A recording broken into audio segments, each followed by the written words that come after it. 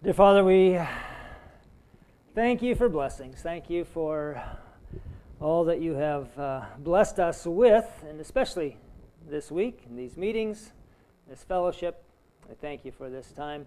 We pray that it will be profitable, that we will take what we've gained and what we've learned, and that we will be a blessing to others. Yeah. That we would not make the mistake of hoarding the blessings we've received, but that we would give them away and thus increase their value to ourselves and to others. In Jesus' name, amen.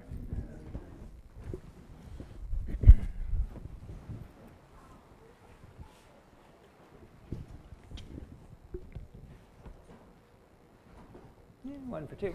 Okay. It'll come, I suspect. We started off with Lucifer's rebellion in heaven, and then we progressed to Christ's response in his incarnation. What should we say? 1900 years later, Dr. Kellogg grasped the genius, shall we say. When used in that way, it does not mean superintelligence, but it means the very heart and soul of Christ's ministry. He grasped the genius in that sense and contributed. It was not the sole contributor, but he contributed to the beginning of the loud cry. Unfortunately, as we'll see in our session today, Dr. Kellogg was very mortal, very human, had his own weaknesses, and unfortunately his weaknesses were cultivated to a degree that I can hardly fault him for. And yet, they were fatal to him. What I'm saying is he bore more tests than I have ever had, so who am I to throw rocks at him? And yet, his choices proved insufficient to the test. And to the best of my estimation, he never recovered. There are those who like to hold out hope. I'm happy for them. I would love to have a reason to hold out hope for Dr. Kellogg. The only hope I have for Dr. Kellogg is that the Lord is in the business of saving souls. And if he comes up in the right resurrection and I have the chance to talk to him in heaven, I will be very happy. But I can't say that I expect it. Anyhow, so we're going to talk today about the Alpha. We'll get into the details of that terminology in a moment here. The other way I express this is simply, this is the bad Kellogg. Kellogg stands as a unique representative and type, and he's a very special character. You know, it's interesting. The Lord sometimes chooses individuals. We spent a fair amount of time talking about Abraham yesterday. King David was a type in many ways. Who else could we point to in that same category?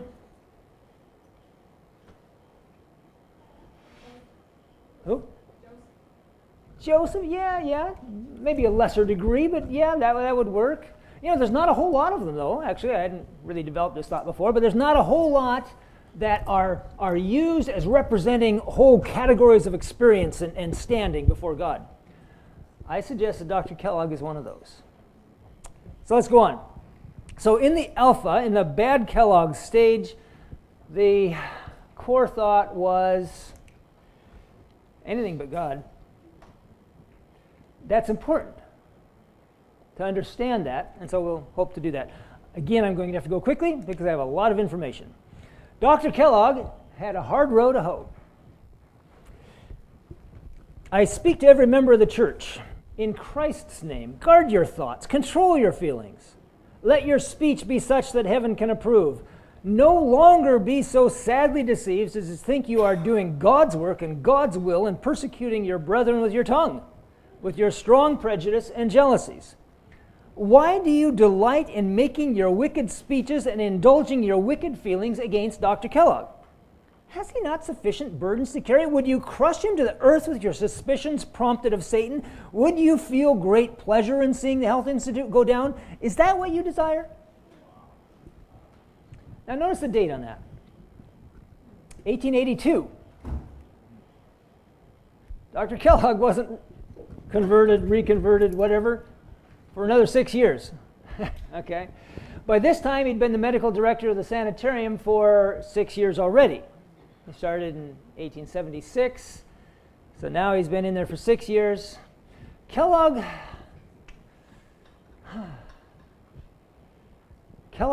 had to deal with a lot of prejudice on a lot of different fronts. It was not easy. 6 years later now, 1888, this is before his conversion experience in the end of the year, Ellen White writes, Dr. Kellogg has needed the sympathy and confidence of his brethren. There should have been a tender compassion for him in his position of trust, and they should have pursued a course that would have gained and retained his confidence. God would have it thus. But there has been instead a spirit of suspicion and criticism. If the doctor fails in doing his duty and being an overcomer at last, those brethren who have failed in their want of wisdom and discernment to help the man when and where he needed their help will be in a large measure responsible. You may recall that similar comment was made of Jones and Wagner. A large measure of other people being responsible, however, is not enough to get you or me off the hook. If Jesus had failed, his enemies would have been in a large measure responsible, and the plan of salvation would have failed nonetheless. Okay? Just because you can blame somebody else, it doesn't do you any good. Let's get over it. Okay? That's just not going to help you any. So don't spend your time trying to blame other people. It's just not productive. The past should be subject for keen regret. The Lord would now have the medical missionary work recognized as the helping hand of God. What does it mean when she says the Lord would now have it recognized? It hadn't been recognized. Okay, yeah. The Lord has given Dr. Kellogg his work. It is a fact that our ministers are very slow to become health reformers. Notwithstanding all the light which the Lord has given upon this subject, this has caused Dr. Kellogg to lose confidence in them. Why the ministers? And again, I would point to the fact that they were in a tougher spot than most people. They were traveling. I don't know. Do you find it easy to get good food when you travel? It's still not as easy, you know. But put yourself back in the 1880s, the 1890s, you know. What are the odds you're going to just pull up to a restaurant someplace and find some nice home-cooked vegetarian something or the other, you know? So it was easy for them to let that slide a little bit, okay? Now this statement, we don't have the date yet, but this statement was written in 1898, so this is 16 years after the first one we looked at. And notice in the first line it says, the past should be subject for keen regret. Well, that's at least 16 years, but in all probability it includes the 6 years before that too. So 22 years from Dr. Kellogg's coming to Battle Creek to work at the sanitarium. He'd basically gotten flack the whole time. Now, some folks find it natural to resist becoming health reformers. It's pretty easy to see it as, you know, in some people's minds, it's easy to see it as being an entirely personal matter. What I do with my life, you know, what's it to them, right? Well, it is something to them, because what you do with your life affects how you relate to them. The final judgment may yet reveal that Dr. Kellogg lost his soul largely because of blindness on that point in other people's minds, right? They rejected his health reform activities, led them to oppose him. And If he fails at last at being overcomer, those who have given him a lot of grief will largely be responsible. And it still won't get him off the hook. But let's go on. Speaking primarily of the ministers, their tardy work in health reform has created in him a spirit of criticism, and he has borne down on them in an unsparing manner, which the Lord does not sanction. He has belittled the gospel ministry, and in his regard and ideas has placed the medical missionary work above the ministry. I have seen that in the censuring of ministers, remarks have been made which have not been to the honor and glory of God. Okay, not hard to imagine this, knowing anything about humanity. So I suspect you've all run into human beings someplace, okay? If you give a guy a hard time, there's a good chance he's going to eventually, kind of lose his enthusiasm for really liking you. Okay? And Kellogg got tired of the ministers as a class, and he just kind of gave up on them. They're not doing what they're supposed to be doing. Who needs them? Now here's the hard rub. God needs them. Church needs them. You don't dismiss the ministry that casually. They're there for a reason. They may not be fulfilling their reason. Saul was kind of off the beaten track when he was throwing javelins at David. But you know what? He was still the Lord's anointed. Anybody like me that was raised in the 60s and 70s? Yeah, rebellion is as natural to me as it is to breathe. Okay, that's a little hard. This whole Lord's anointed thing is, give me a break. You know what? It's still true. It's still true. I struggle with knowing how it applies sometimes, because just because you're the Lord's anointed doesn't mean you get off scot-free. But they're still the Lord's anointed. We work with these things, right? A lesson here. Someone else's fault is a really bad reason for losing your own soul. Let's not go there. Those who refused the warnings of God followed a course of action which brought its sure result. These influences have sometimes made the work of Dr. Kellogg doubly as hard as it should have been. They have led him to stand apart to some degree from the ministry. I desire to present matters as they are presented to me. Such a spirit of criticism and fault-finding has done the work Satan designed should be done. Dr. Kellogg has been led to take the course he deemed it his duty to take. He has not connected with those who were not in sympathy with the work he knew to be of God. Now, this is where life is going to get tough for you. When you're doing what you know God wants to be done and others are not helping you. If maybe they're actually opposing you. That means they're opposing God. That means they're evil through and through and they should be cut off at the knees. No, probably not. It means that they are sinful human beings, probably a lot like you and me. Okay? It is so difficult being patient with stupid human beings. But you know what? It goes two ways. Okay? It goes two ways. Okay. Internal opposition is always the hardest test. You look at the list of those we've lost, some of the brightest lights, it's been because of internal opposition. We almost lost James White over this issue. Well, what to do? Okay, let's go on. Working from cause to effect here. Later, let's see, was that 1899? Okay, so later that same year, Ellen White wrote her concerns that Dr. Kellogg was going too far now. I have light from the Lord that Dr. Kellogg needs to be guarded. He is leaving a wrong impression on minds. He has made a mistake in supposing that the medical missionary work has an importance above every other work. Medical missionary work has its place, but it has been made disproportionately important. Now, this is kind of fascinating. You remember yesterday, she said, some people complain that it's disproportionately large. No, you guys are disproportionately small. Okay?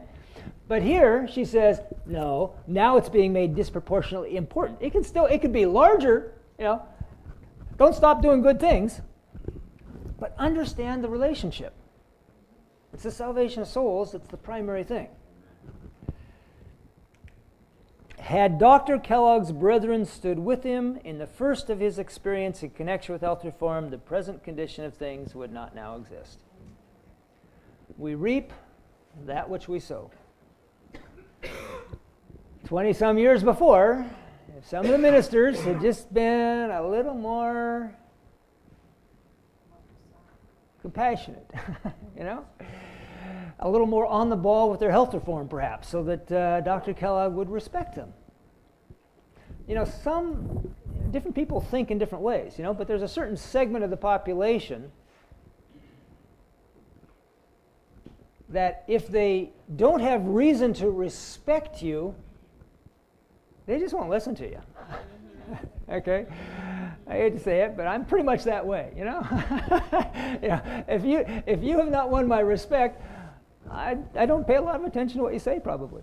It's just the way I am. I'm sorry. Like I said, rebellion is natural to me as, But that's my natural approach to life, And Kellogg, I think, was kind of that way, and these guys had lost his respect. So, here's a thought for you. Influence is earned. Remember that famous statement, how Jesus ministered to the people? He mingled with them, he ministered to them, he won their confidence. Now, this is especially important for anyone working with the youth. Academy age, younger. What is the word confidence? Where does that come from? It comes from the word to confide. What does confide mean? To reveal something that he could use against me. That's really what it means. Okay? To have faith with. Con is with, fide, right? Confide, Latin, okay?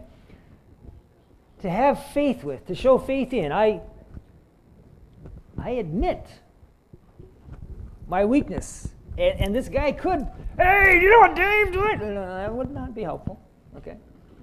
When I have that confidence, then I'm in a position to help that kid.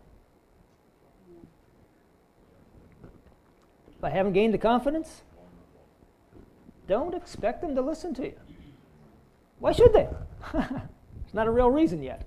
Okay, let's go on. Okay.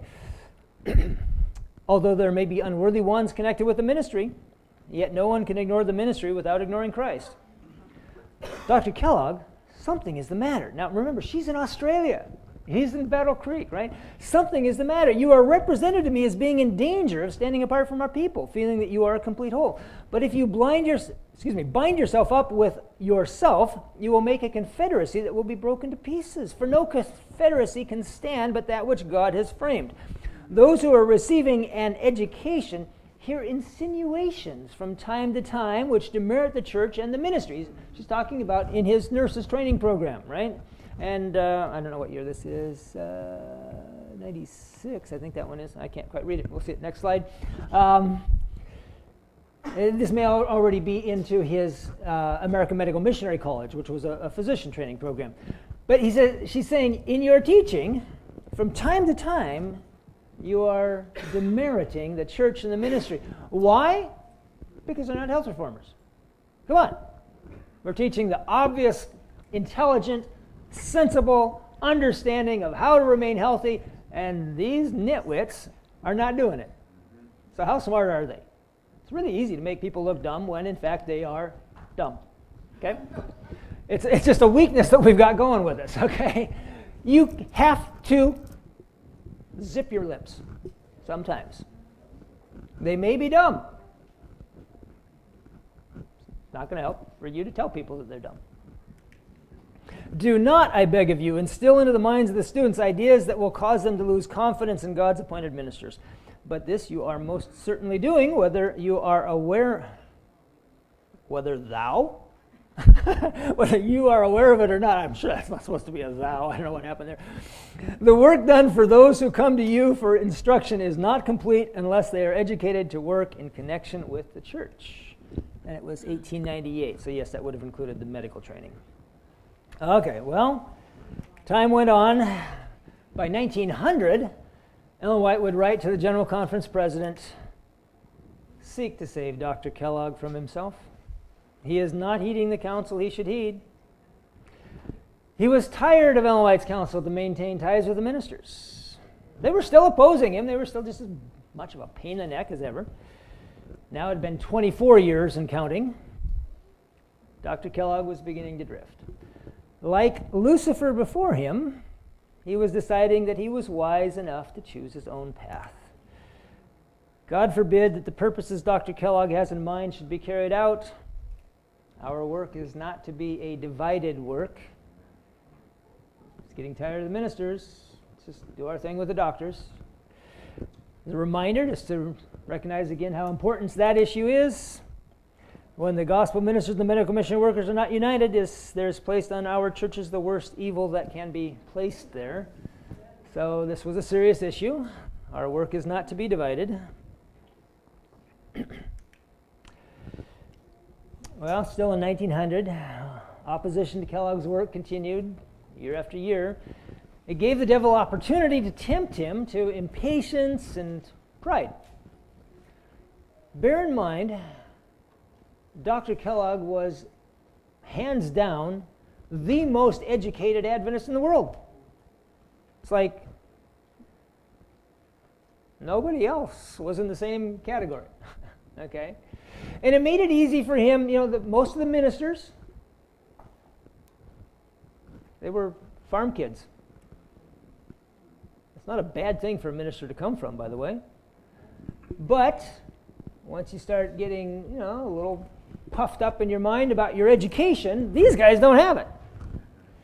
And Kellogg, with his classic wit, which I struggle with because I find it so funny, and I probably shouldn't, but yeah, he described the ministry collectively. He said, "It is a fine collection of mediocre men."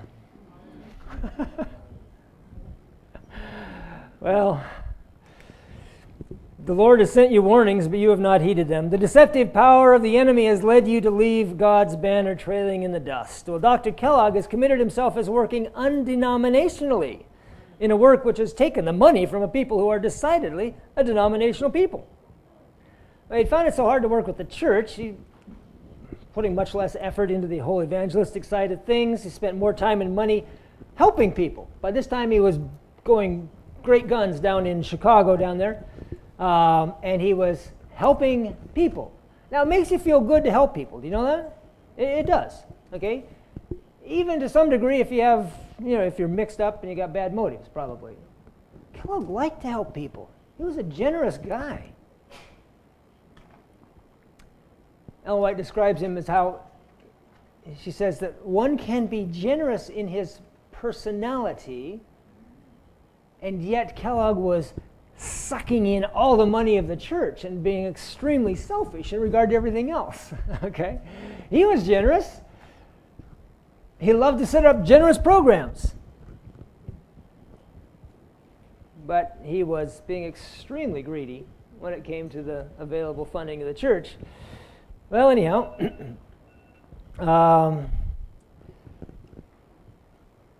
let's go on. The work has been hindered. The cause of God should have a different showing, far different. And who is to blame for this difference?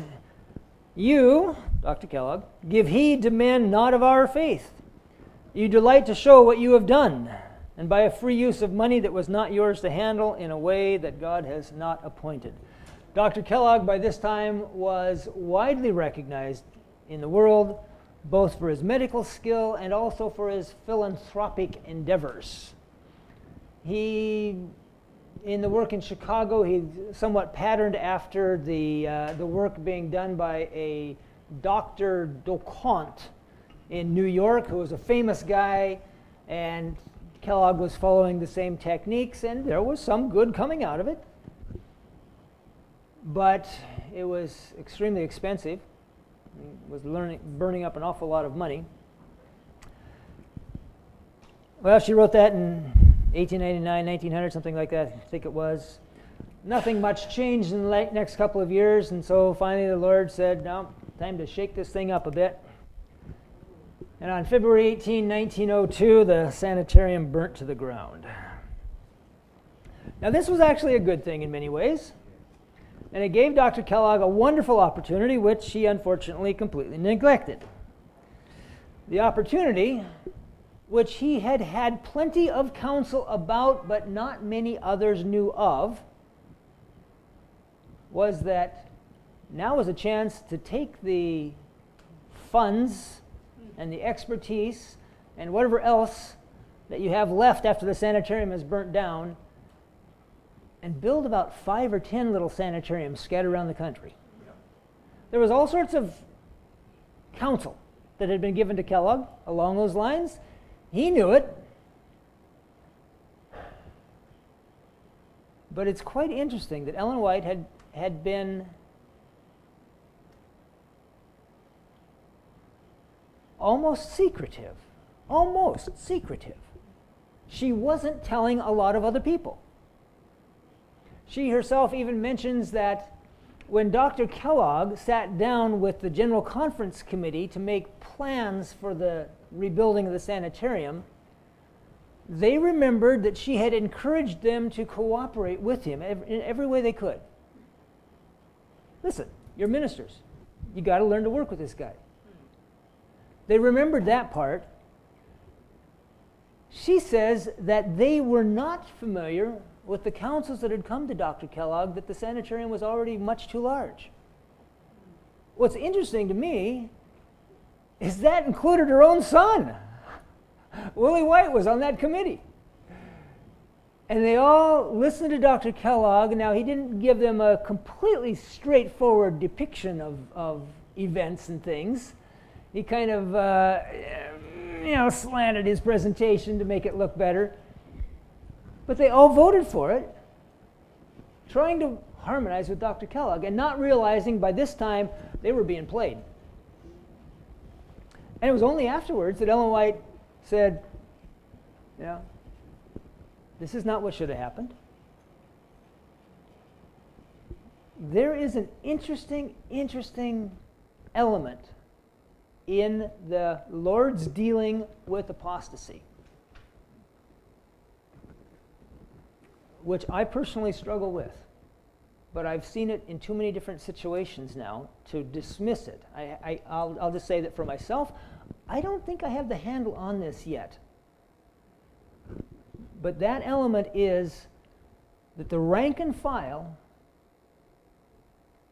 are often left to the mercies of the apostates without much clarification in the early stages.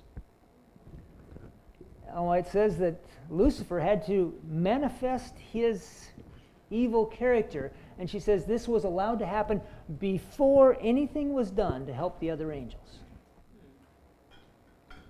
Think of Judas. He was never rebuked until the feast at Simon's house, and even that was a pretty soft rebuke. Jesus never took Peter, James, and John and said, guys, I've got to talk to you about Judas. Judas is a real issue here. He never said that. When he got up from the Last Supper and headed out, they all thought he was going off to buy some more bread or something. It says that in Desire of Ages.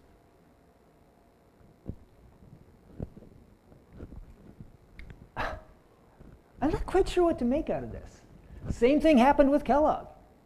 Much of his apostasy developed, and the rank and file certainly, and even the General Conference Committee often hadn't heard much about it until it was developed, quite well developed. The only thing I think I know for sure at this point is we all better be studying for ourselves.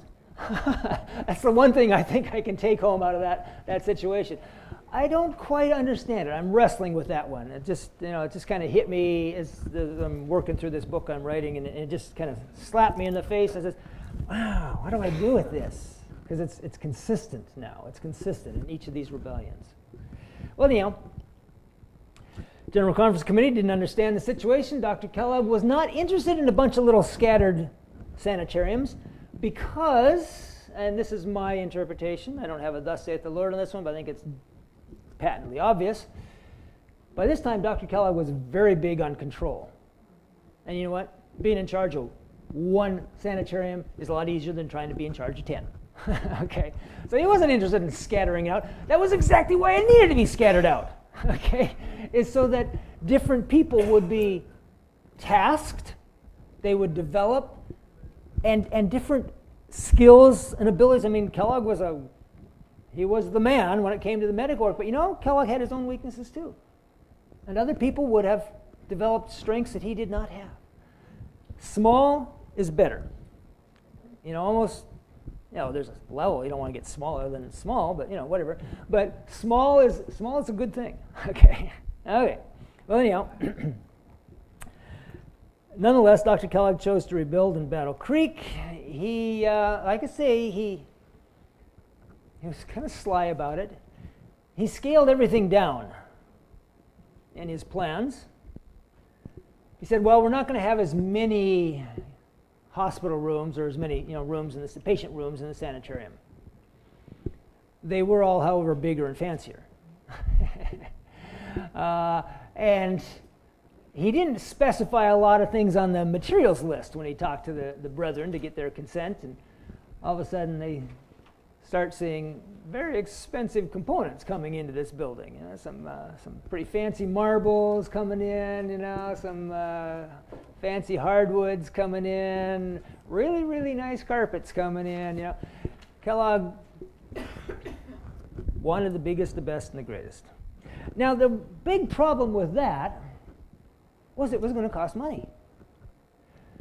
And the church by this time was head over heels in debt in all sorts of ways because of mismanagement, both in the medical work and in the general conference, just to be honest. They had assumed debts and were not so good at paying them off. And so they had lots of debt, lots of issues. Where are they going to get the money to rebuild this building? Nobody knew until Dr. Kellogg came up with what was it? A.G. Daniels, I just read it the other day, a letter A.G. Daniels, quite a fantastic offer, I forget the exact wording, but he was very happy when Daniels first heard about it. He says, wow, this is a great thing. This is a wonderful thing. Dr. Kellogg says, you know, I just wrote a book. I'll donate all my earnings from the book. We'll get the review to print it for free. We'll get the people at church to sell it without taking a commission. And all the profits can go to help the sanitarium. And they thought, well, that's a pretty good idea. And so Dr. Kellogg, who had dictated this book out in his circle, riding around in his bicycle, whatever, he says, okay, let's do that. Now, if Kellogg had been straight up honest with a variety of things, life would have been better. If he'd been honest about what he was trying to rebuild there at the sanitarium, I think even the brethren who were trying to harmonize with him would have choked a bit, and that would have been helpful. If he'd been honest about the book, that would have been good too. But instead, he selectively presented things. You know, it's usually pretty hard to catch Kellogg in an outright lie. There are some. Not many. Most of them were inright lies. Okay? He was a master at sophistry, as the saying goes. Okay? He could paint a picture without telling you anything false, but the whole picture was false. It's amazing. Well, the problem with the book, of course, as you no doubt have heard somewhere along the line, is it contains some pantheism. Now, by today's standards, as near as I know, it's pretty mild. Okay. There are things I don't know about the book for one very simple reason. I've never read it and I don't plan to. Okay? Ellen White said, do not read the book. So I haven't. All I know about Living Temple is about the 3 or 4 paragraphs that everybody quotes, and it's been quoted from this book to that book to the other book. Everybody quotes the same thing about the tree maker and the tree and the boot maker and the boot. You've probably read those too. But so if that's the worst of his pantheism, it's pretty light, okay, compared to what you can run into in your local health food store. But the Living Temple. Yeah, the Living Temple. Now, pantheism, just very quickly to explain, pantheism Pan, Latin, means all across. Theism is godness, okay? So it means everything is God, okay? Pantheism means that everything in the universe is in fact God, and God is in fact everything in the universe. Now, just because we have this ridiculous penchant for being fussy and picky about little details, there's a new word that you might run into.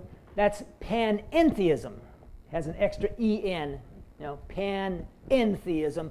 All that means is that everything in the universe is God, but there's a little bit of God up here that's not in the universe. Exactly where that part of God would be, I don't really know, but it's outside the universe. Okay, so that is a distinction that some people think is important and I think is stupid. But anyhow, in case you run into the word panentheism, that's the difference, okay? Pantheism just simply says that God is in everything and that everything is God. So that means trees and flowers and mosquitoes and dolphins. Now, they're all God too, which is nice, I suppose, if that's what you're into, okay?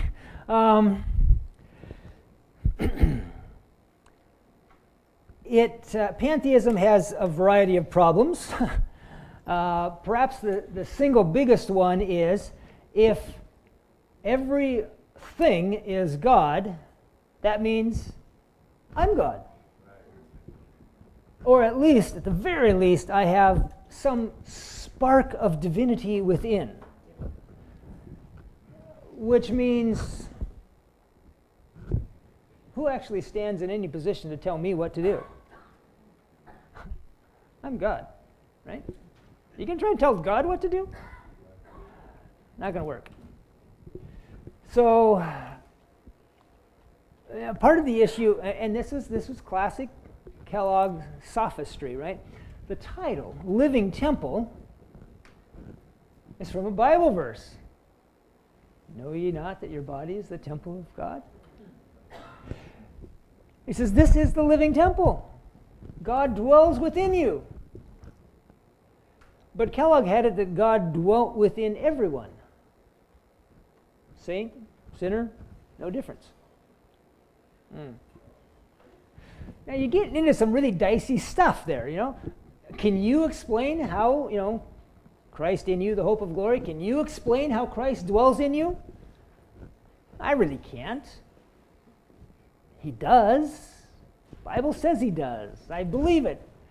But, Ellen White comes maybe as close as I would know. She says that it's through the fine nerves of the brain that heaven communicates with man. So I'd like to think that, Christ dwelling in us has something to do with the brain. But beyond that, what does that word mean? I don't know what I mean. So I'm not going to try and define that. Okay, it's beyond me. It's good. Jesus, Christ in you, the hope of glory. I'm good with that. Don't ask me, You can get really ridiculous. You start trying to take spiritual truth and break it down to biological fact sometimes. There's examples of that, unfortunately, in our history. Anyhow, pantheism is bad stuff. It's wrong. We'll touch on it a little bit more in a bit. But let's go on with the history for right now. One of the most fascinating things in this whole experience is how long, how hard, how diligently Ellen White sought to save Dr. Kellogg. In my opinion, the strongest public defense that she ever gave at Dr. Kellogg was the General Conference. Very public. Now, again, we have such thin skins. It's pathetic. We have to be so wishy-washy, nicey about everything we say. It's just ridiculous. They used to kind of get up and say what they meant. Okay. And she did, in defense of Dr. Kellogg, in 1903, a full year after he'd written Living Temple. She was defending a pantheist. She was not defending pantheism. Said nothing about the topic. It was not the time to address it. She was still trying to save this guy. Notice what she said. Speaking at the General Conference, so largely a ministerial audience, God does not endorse the efforts put forth by different ones to make the work of Dr. Kellogg as hard as possible in order to build themselves up. God gave the light on health reform, and those who rejected it rejected God. One and another who knew better said that it all came from Dr. Kellogg, and they made war upon him. This had a bad influence on the doctor. Stop for just a minute and think about those last few words there. Is that hard to imagine? Somebody makes war upon you, you know? They're spraying M16 bullets around about your head. Is that going to have a bad influence? You know? I could see how it might, okay?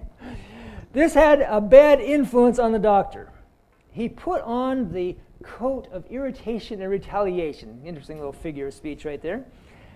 God did not want him to stand in a position of warfare, and he does not want you to stand there. God does not want us to engage in warfare with our brethren. Come on, get over it. That doesn't mean you can't stand up for truth. Anyhow, unfortunately, the doctor and largely the ministerial audience she was speaking to did not respond to her efforts. Well, let's see. A few months later, she did address the pantheism issue more or less head on. And when she did so, she used some really interesting terms, okay? Now, one particular phrasing that becomes important is the concept of the alpha and the omega, okay? Just for real rough understanding on this, alpha is the first letter of the Greek alphabet. So alpha, beta, gimel, ain, okay? Alpha, beta, that's where we get our word alphabet, okay? So alpha is like an A, it's the first letter, and the omega is the last letter.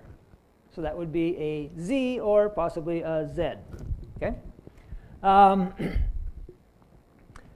So she speaks of the alpha and omega. Now, she's not the first one who did that, of course. Jesus said, I am the alpha and the omega, the beginning and the end, okay? The first and the last, okay? So it's a biblical phrasing. Notice how she used it, however. Many will depart from the faith, giving heed to seducing spirits and doctrines of devils. We have now before us the alpha of this danger. The omega will be of a most startling nature. Living Temple contains the alpha of these theories. I knew that the omega would follow in a little while, and I trembled for our people. In the book Living Temple, there is presented the alpha of deadly heresies. The omega will follow and will be received by those who are not willing to heed the warning God has given. Now, the interesting thing about these statements is how little they tell us about the omega. We know quite a bit about the alpha because we have the history. But the omega, that which is yet future, well, we know it's going to be startling. We know she trembled. And we know that those who do not receive the warning will receive the omega. That's about all that she specifically, explicitly tells us about the omega. If you're going to understand the omega, you're going to have to derive some concepts from its relationship to the alpha. Okay? So if I told you, go 3 miles due north and you'll come to my house. If you happen to be in the right place, and you followed my directions, which you couldn't do without bushwhacking your way through the hills. But anyhow, but if you did, you would arrive at a place you've never been, and you'd look around and say, oh, it must be Dave's house. It's the only one there, okay? If you know your location and the direction you're moving, you can start working on a map, okay? If you know the alpha, and you understand its relationship, or the relationship of the alpha to the omega, then you can have some concept of the omega. Make sense? Now, unfortunately, we spent 60 years headed in the wrong direction with this whole thing because, I don't have time to tell this whole story. I'm going to run out of time. I got too many slides here. Let's just put it this way. The simple expectation is Alpha is acorn, omega is oak tree. Okay? This is the beginning, this is the end of the same thing. That's the simple idea. It seemed too simple. Right at first, everybody says, oh no, Kellogg's going to do something next.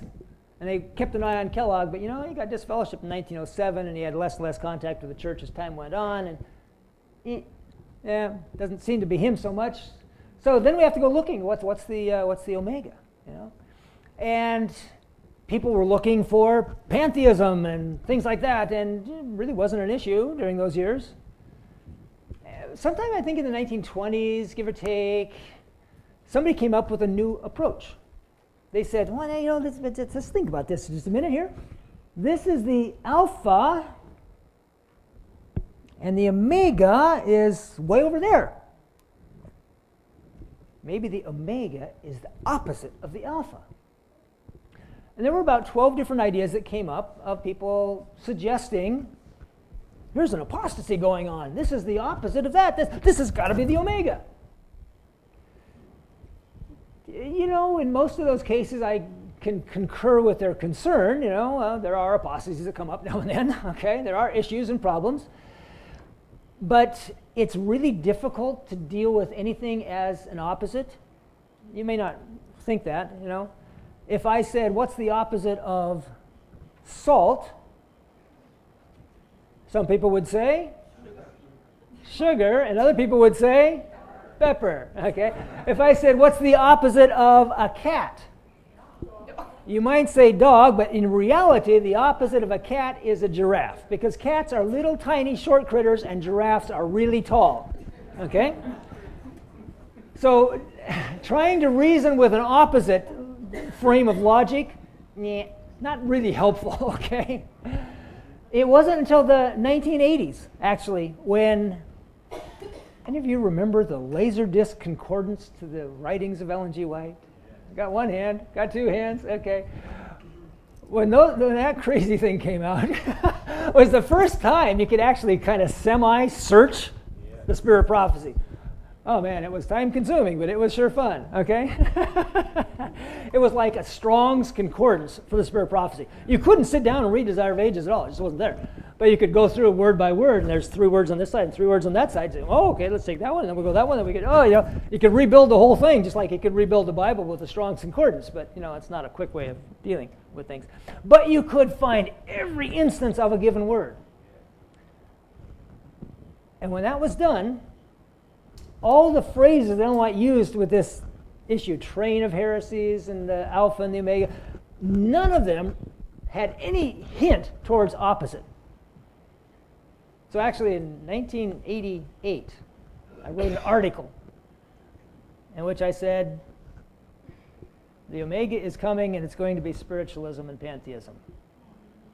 And that raised a lot of eyebrows, and I got a few scoffing letters back at me. Because, oh, come on, Adventists aren't into that stuff. If anything, Adventists are like going into secular science. They're not going into woo-woo. That's not where they're going. You know what? That was 88, and we've come a ways since then. And it's not nearly so hard to imagine as it once was. Let's go on. Ellen White writing, as I am shown the special things of Satan's science and how he deceived the holy angels, I am afraid of the men who have entered into the study of the science of Satan, carried into their warfare in heaven. Oh, how I have longed to be where I should not be compelled to see the same science practiced on this earth by medical practitioners. How my heart has been agonized as I have seen souls accepting the inducements held out to them to unite with those who were warring against God. Key thought I want you to catch out of this. Kellogg's apostasy was a replay of Lucifer. They're practicing the same science, okay? That's the key thought there. When they once accept the bait, it seems impossible to break the spell that Satan casts over them, because the enemy works out the science of deception as he worked it out in the heavenly courts. He uses human agencies to carry on his work with other human beings. He has worked so diligently with men in our day that he has won the game again and again. When they once accept the bait, it seems impossible to break the spell. There is, I think, a much clearer application of that in our day than I am aware of, having been the case in Kellogg's day. And when you go reading the accounts of those who have miraculously been rescued from involvement in this kind of mystical activity, which we really haven't documented the mysticism part, but that's coming. But those who have gotten involved in mystical activity, any of you knew Rick Howard, for instance, yeah. Pastor Rick Howard, okay, his case is a classic. What's his name? Barron is another story. And everybody that has been there and has gotten out will tell you that first contact, when you're messing around with mysticism, that first contact with something that is obviously not you is compelling. All of a sudden, you're in contact with the universe and you see the oneness of everything. Yeah, that would be pantheism. It is absolutely compelling. You can read the same thing from those who have not come out of it. Okay? Sue Monk Kidd is one of the classic examples where she tells the story of how she was ensnared in that sort of a thing. Of course, she's very happy. She's now preaching some sort of a pantheistic goddess, Mother Earth type of deity type of thing. How does one accept this bait? By ignoring the warning. Okay? What's the warning? Don't read the book. Don't read the book. Okay? We have reached the perils of the last days when some, yes, many, shall depart from the faith, giving heed to seducing spirits and doctrines of devils. Be cautious in regard to what you read and how you hear. Take not a particle of interest in spiritualistic theories. Satan is waiting to steal a march upon everyone who allows himself to be deceived by his hypnotism. He begins to exert his power over them just as soon as they begin to investigate his theories. Wow. Don't read the book. Wow. That's why I haven't read the book. Don't watch the movie. Don't listen to the songs. Don't, I don't know, any of that other stuff, okay? Suffer not yourselves to open the lids of a book that is questionable. There is a hellish fascination in the literature of Satan. It is the powerful battery by which he tears down a simple religious faith. Never feel that you are strong enough to read infidel books, for they contain a poison like that of asps. They can do you no good and will assuredly do you harm. In reading them, you are inhaling the miasmas of hell. That's not a good recommendation. Okay, yeah, today every format of media has been used in that regard. And again, let me point out, this is anathema to academia. The idea that there's something I have to stay away from is totally contrary to the whole concept of, if we can only understand it, then we can explain it. If you only understand it, you will be deceived. Don't do it. So here's a hot tip. Don't read the book. As Dr. Kellogg drifted further and further from God and his influence spread more and more, the thoughts of Ellen White turned often to the story of Lucifer. As she sought to alert others to the growing problem, she realized that Dr. Kellogg was following in the same track. Writing to the General Conference, read in my books, Patriarchs and Prophets and Great Controversy, the story of the first great apostasy. History is being repeated and will be repeated. Read then and understand. The point is, they hadn't. She's trying to get these guys up to speed. Kellogg is doing the Lucifer thing. You got to understand what you're up against. It's no wonder Lucifer's story explains so much about Dr. Kellogg's apostasy, because it turns out that Dr. Kellogg's apostasy was choreographed by the same mastermind. No greater deception could be presented to the minds of men than the representation you have made of God. That's the pantheism thing. Souls will be lost through the sowing of the sentiments found in Living Temple. In presenting error, you have united with the Prince of Darkness. When you wrote that book, you were not under the inspiration of God. There was by your side the one who inspired Adam to look at God in a false light. So I guess that means Lucifer can run in circles. Because if he's going to be by Kellogg's side and he was riding his bike, then he'd have to. You, Dr. Kellogg, have been the spokesman repeating the words of accusation and condemnation of the arch deceiver. Your science has been used to benumb the sensibilities and confuse the judgment of others. In long night talks, you have presented your mind and plans and works, and these have become their mind and plan and works. In listening to your words, these men have imbibed the very science of the tempter. You have twisted and manipulated and misstated and misrepresented the testimonies that God has given, making them of no effect. Notice the long night talks. This is something that she is very specific about, and we'll see on the next slide, was not at all happy with. It's interesting that she gives so many, column inches in her letters and things to this very specific issue, long night talks. Don't do that either. This whole matter has been presented to me. You have worked as Lucifer worked in the heavenly courts to persuade his associates to unite with him. The enemy has used his arts upon your mind. Your boasted study of science and your assertion that you had obtained something excellent have deceived the men connected with you, and they have refused to listen to the warnings sent to keep them from listening to your false representations. In their day, it was not only don't read the book, it was don't talk to the doctor. Ellen White herself, on several occasions, was forbidden to have any conversation with Dr. Kellogg. When I was in Tacoma Park, living in Carroll House, many things were presented to me in vision. One of them, a committee meeting held during the night hours in the Battle Creek Sanitarium. That meeting was conducted by Dr. Kellogg. Many of the physicians were present, and Willie White, having been sent for to attend a special council, was reined up in this committee meeting. Oh, what agony of mind I suffered as I was viewing the way in which Dr. Kellogg conducted that meeting. I may sometime describe it, but not now. I have told Willie that if ever plans were made for him to go into another night session with Dr. Kellogg, and I knew it, I would certainly exercise all the power God would give me to break up such an interview.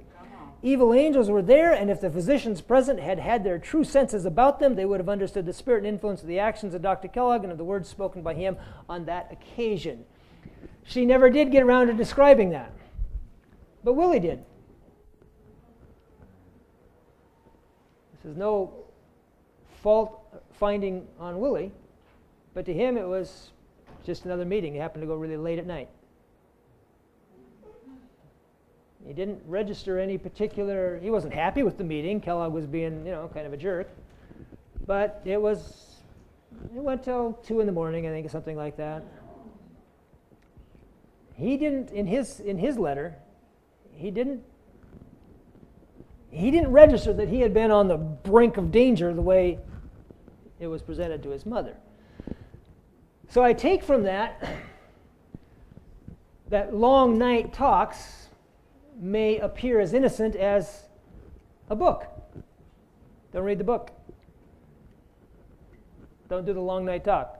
Not with somebody like Kellogg. It's probably a good idea to go to bed anyhow before 2 o'clock in the morning. But, there might be an occasion where you're dealing with somebody that might be justified, but she is just adamant on this point. This long night talks thing is like incredibly dangerous.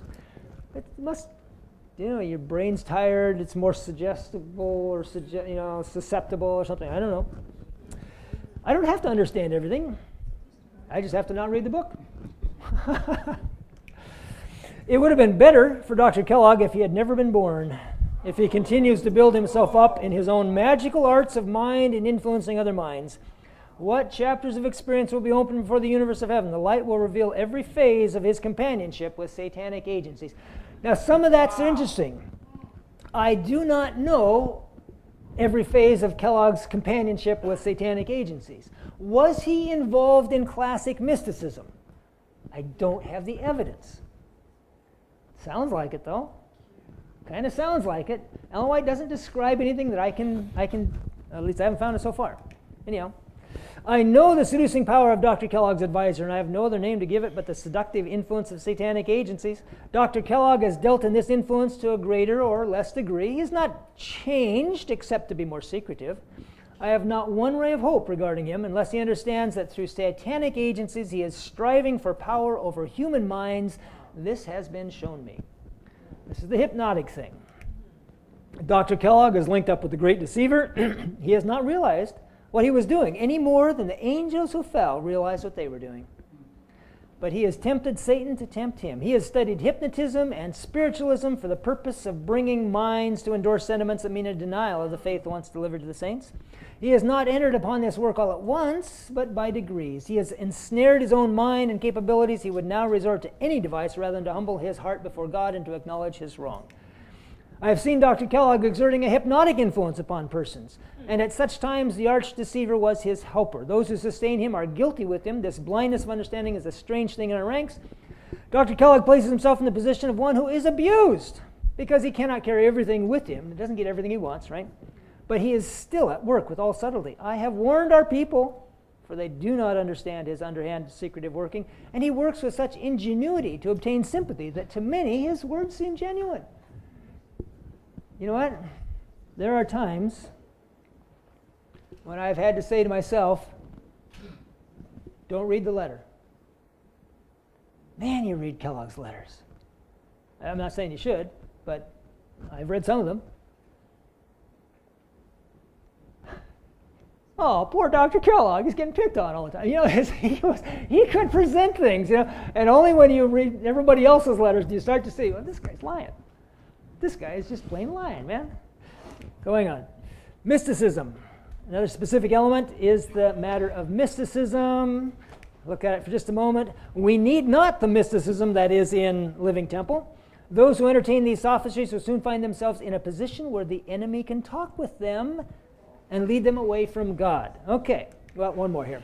Your ideas, Dr. Kellogg, are so mystical that they are destructive to the real substance, and the minds of some are becoming confused in regard to the foundation of our faith. If you allow your mind to become thus diverted, you will give a wrong mold to the work that has made us what we are, Seventh-day Adventists. Okay, mysticism. Try to be really quick on this. The heart and soul of mysticism is the concept that I, as a human being, have it within my power to establish direct contact with divinity. That's basically what it is. There's all sorts of ways of doing that, and we've got all sorts of new models that have been worked out for us, you know, very conveniently in just recent years. You know, you've got contemplative prayer, different forms of meditation, yoga, mindfulness, which is the stupidest thing I've ever heard. Here you are. Please empty your mind for 20 minutes, and then let's call it mindfulness. Don't play dumb games with me. Anyhow, English is confusing enough without doing that to it. Anyhow, you've got all sorts of ways, but the purpose of all of these is to establish contact with the divine. Okay? Whatever you envision the divine to be, right? Okay. Ellen White was in her early career several times accused of saying she could have a vision when she wanted to. She always reacted vehemently. I kind of wondered about it. So, lady, come on, please, calm down. You know, you just hint. Yeah, I think she said she could have vision. Boom! You know, and she just. It almost seemed like an overreaction. Now I think I know why. It is utterly false that I have ever intimated that I could have a vision when I pleased. There is not a shade of truth in this. I have never said I could throw myself into visions when I pleased, for this is simply impossible. I have felt for years that if I could have my choice and please God as well, I would rather die than have a vision. Right. Amen. For every vision places me under great responsibility to bear testimonies of reproof and of warning which has ever been against my feelings. And you know what? These mystics, they're dying to have a vision. Somehow I think they're having a different experience than Ellen White had. Ellen White would rather die than have a vision. Well, mysticism is coming up in the world. It's a big thing, okay? This concept of the contact with the divine, right? You can find mystics everywhere. There are the mystics of Catholicism, starting with the Desert Fathers in the 2nd century, right on up through Teresa of Avila and St. John of the Cross and all these other guys through. We are in a unique position today because we have not we, but others, have the first openly avowed mystic Pope, St. Francis, or not Saint, whatever he is, Pope Francis. St. Francis of Assisi was also a mystic, by the way. Okay, and that's why he chose the name Francis for his papacy. Okay, Francis is Jesuit. Ignatius of Loyola founded the Jesuit order, and he did so on the strength of the Ignatius disciplines, of which mysticism is key. Okay. So, you've got mystics in Catholicism. You've got mystics in Protestantism. We call them the charismatic movement. You've got them in Judaism. They're called the Kabbalists. Remember Kabbalah? Anybody follow popular culture? This is what was it? Madonna was into a while back. And there's a bunch of them that think they're Kabbalists. In Islam, it's the Sufi sect. In Hinduism, it's every guru. In Buddhism, it's every priest. In animism, it's the shamans, the witch doctors, and believe it or not, you've got mystics in atheism. Hallucinogenic drug users. Same experience. Same experience. Anybody know anything about the Beatles? Right? Maybe you don't. Bless you and your wisely chosen selective ignorance. But after advocating drug use, they went off to India for 6 months and came back, and they basically said, wow, we can do the same thing without drugs now. Well, remember the reapproachment between Pope Francis and Kenneth Copeland? We noticed that a year and some ago. So Copeland's this big, Protestant guy. Sort of Protestant. But he's charismatic. And remember this guy.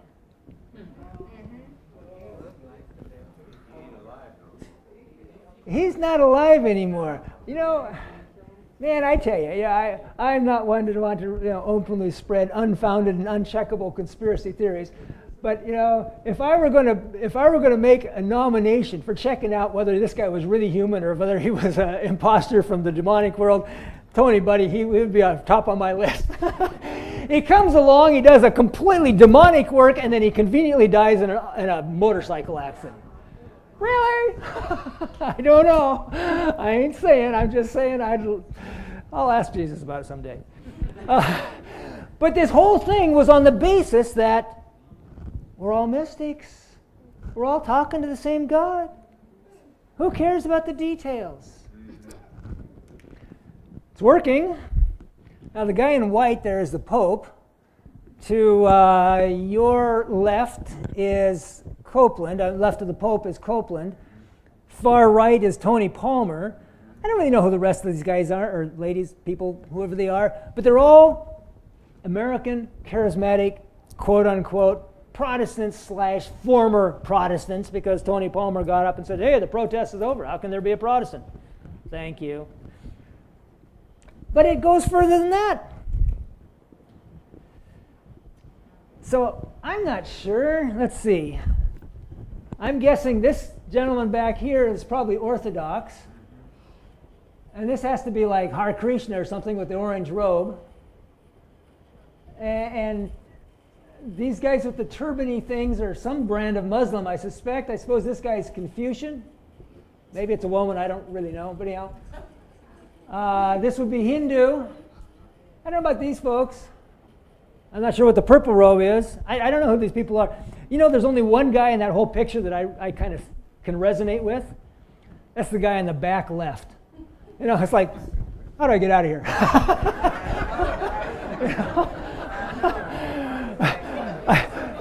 I don't know if he's a bodyguard or what he is, but he's the only guy that I can really, kind of strike up any bonding with, okay? Okay, let's go on. I'm running along here if I'm not careful. I tell you in the name of the Lord God of Israel that Satan is presenting his sophistries to ministers and medical workers, and if our people will listen to these sophistries, they will become impregnated with the same satanic idea of a popular religion that will cause them to develop into gods, and there will be no place in their lives for God or for Christ. This is classic mysticism. This is pantheism.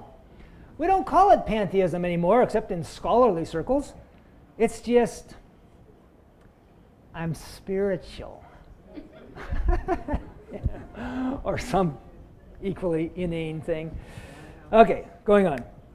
The light is given to me in regard to the poor understanding of those that have been in the truth. That these sophistries and this mysticism and doing away with the personality of God and with the personality of Christ will get the whole room of the heart all ready for these miracles that Satan will come to work right in our midst. Some shall depart from the faith, giving heed to seducing spirits and doctrines of devils. What kind of miracles are we told in the spirit prophecy would be entailed here? That's the way the Bible words it, and there may be, in fact, something that resembles, fire falling from heaven in a physical sort of a sense. I don't know. All sorts of people come up with all sorts of interpretations of that. But the spirit prophecy says these. What is it that brings Seventh-day Adventists to the test? These works of apparent healing. will bring Seventh-day Adventists to the test. Okay? The devil knows that God's work always combines the gospel and medical missionary work. And he's going to be running a counterfeit, which means it has to look the same. You know? You cannot counterfeit a butterfly if you look like an alligator. It's not going to work. Okay? And yet, I have much to learn. Some thought the time had come long ago to make a determined effort to break the spell and expose the deception. For years, one and still another of Dr. Kellogg's men have stood forth claiming that Dr. Kellogg is all right, that he teaches the message as we believe it, he believes the testimonies. But at the same time, a work of misrepresentation was going on, and many of our people were becoming spiritually deceived. So why don't you tell them, Sister White? To those who urged immediate action, I said, wait until Dr. Kellogg and those closely allied with him take an open stand. Then be all prepared with matter ready to print. Same as with Lucifer. Yeah.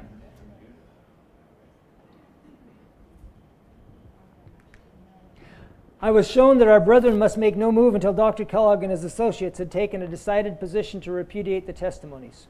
When this was done, we must show our people the right side and take the affirmative in the name of the Lord. We had to move, and yet we had to wait until those in errors thought they could carry things against the ministers and churches. I was shown their course of action and had everything in readiness for such a movement and labored to defeat their deep-laid plot. Okay. Now, I said a while ago that I don't like to foster conspiracy theories. But you know what? A conspiracy simply means two or more people working together to do something that they're not publicly admitting that they're doing. I think that's the same as a deep-laid plot. You're not working here in this instance with somebody who's making a mistake, and you need to try and just, you're trying to prevent the mistake from having bad results. No. This is someone who is deliberately trying to do you damage. You are, in fact, in a war. It's time to wake up. Friends of the doctor were visiting our churches, acting as spies to work up a sentiment favorable to his interests. They claimed that he was in perfect harmony with the message as we believe it, and that he believed the testimonies. A work of deception was being carried on. Many of our people were becoming confused. I said to those who urged immediate action, do not act hastily. It would be better to wait until Dr. Kellogg and his associates take the position they do not believe the testimonies. When this time comes, we are to be prepared with suitable manner for publication to meet the issue. This was done. Meetings were held in Battle Creek at which the testimonies were presented in a very objectionable light. The testimonies were practically repudiated, but matter was ready for publication. Our people on the right side took a strong affirmative position in the name of the Lord, and widespread deception was arrested. One of the leaders in Battle Creek said that the lid of the kettle was lifted too soon, and that had they waited a little longer, they might have had nearly all the churches on their side. This was another classic case. This was 1905 when this happened, December 26, 1905. A.G. Daniels happened to be in Battle Creek. General Custer already shifted to Washington, D.C., or Tacoma Park. He happened to be back in Battle Creek. He got a telegram on, I think, the 24th that said, documents coming, wait for them. On the night of December 25, on Christmas night, Adventists didn't observe Christmas much in those days. So on Christmas night, there was a late night meeting with Dr. Kellogg and all sorts of other people that went till 2 in the morning or something like that. The next morning, Elder Daniels received the documents from Ellen White and appointed a meeting at 7:30 that night in the Dime Tabernacle, and he stood up and he read the documents, which had been written almost 2 years before, but had been kept in secret in Ellen White's diary until 2 weeks before, or a week and a half before that, when she said, copy that and mail it. And it described the meeting the night before. The sentiments in Living Temple regarding the personality of God have been received even by men who have had long experience in the truth. When such men consent to eat of the fruit of the tree of knowledge of good and evil, we are no longer to regard the subject as a matter to be treated with the greatest delicacy. That those whom we thought sound in the faith should have failed to discern the specious, deadly influence of this science of evil should alarm us as nothing else has alarmed us. This is the bind that Daniels felt he was in, because he would get stuff like this. It says, it's time to speak. And he'd get stuff that says, no, you got to wait. That's a little tricky. It's a little tricky. It is something that cannot be treated as a small matter that men who have had so much light and such clear evidence as the genuineness of the truth we hold should become unsettled and led to accept spiritualistic theories regarding the personality of God. We don't have time to go through all that. Let's go on to this. Now, in 1972, Elder Robert Pearson, a man whom I've always respected, did something that makes me respect him even more. He got in touch with the White Estate and he said, you know, guys, is there anything more about the Omega of Apostasy? I'd really like to know. They wrote back to him, Arthur White wrote back to him and said basically, you know, there really isn't. The stuff that we've put in selected messages, it's those 3 statements that I read to you already. So that's really about all she ever said. But he said, I did some hunting, and as I went into our files in response to your request, I found a statement written by my father, Willie White, about 1935, 1936. I think you will be interested in this, for he broadens the basis for the statements on the Alpha and Omega beyond that which one might conclude from just reading them as they are in the text. Here's my father's statements, Willie White now. There is one matter which causes us some perplexity. It is that which Sister White has written regarding the Alpha and the Omega of efforts to mislead the people of God. It is clearly to be seen that the Alpha was the introduction of misleading documents and the effort to wrest the leadership of the denomination from the men chosen to bear heavy responsibility. It has always seemed to me that when the Omega came, it would bear 2 characteristics, somewhat similar to the Alpha. The movement designated as the Alpha embraced a deep-laid plan on the part of the great adversary of truth to introduce false doctrine which struck at the very vitals of Christian belief. That's the pantheism. It also embraced a persistent and strongly sustained effort to wrest the leadership of this people from the General Conference Committee and place it in the hands of other men. With these things in mind, I cannot accept any movement that I have seen up to the present time as constituting the Omega. When the Omega does come, I shall expect to see something similar to the work of Dr. Kellogg and his associates when they labored so earnestly to undermine the confidence of all our people in the leadership of the General Conference. This is Willie White. This is not Ellen White. And I'm sure even in his own mind, this would not be some sort of a blanket endorsement for the General Conference, because trust me, he'd lived through the 1890s as well, and he knew that there was a time when who can now respect the voice of the General Conference as the voice of God. You know, he knew all that. But nonetheless, this is his assessment. I would probably have to argue with it in a very specific sense, just on the basis of that one statement where Ellen White says the Alpha is contained in the book. It's hard to contain, you know, it's easy to contain a theory in a book. It's hard to contain a rebellion against the leadership in a book as such, although, you know, and yet I think Willie's, you know, I concur with his general judgment. Because if the Alpha is a type of the Omega, there's lots to learn. Okay, almost done, sorry. My heart was filled with sorrow because of the course that J.H. Kellogg is following. And A.T. Jones is following the same course and voicing the same sentiments with the most determined spirit. When a realization of this comes over me with such force, great sorrow fills my soul. I have before me such a revival of the first great apostasy in the heavenly courts that I am bowed down with an agony that cannot be expressed. There is a value. You know, the sufferings of one person are the blessings of those who follow. And Ellen White was bowed down with an agony that cannot be expressed, I believe, for our benefit, because this is the picture that's developing here. We started off with Lucifer's rebellion. And then we saw Christ's response, which was the revelation of the character of God. Then we saw Kellogg, who picked up the genius of that, which was the combined preach, teach, heal revelation of the character of God. Kellogg, unfortunately, flipped the traces and went from being a representative of Christ to being a representative of Lucifer. Those 4 events are history. We can study them to understand these 2.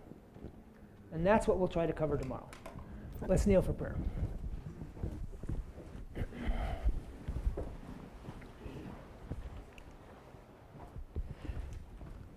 Dear Father, we are the recipients of instruction and light and evidence purchased by the tears and agony of those who've gone before us. We pray that you would help us to be wise, to recognize the reality of the conflict, to understand the importance of the principles. Lord, there is so much, so many details. Help us to study them maybe as might be useful for us individually, but help us to be able to hang our souls on that which is simple. Help us to remember that, in fact, God is love.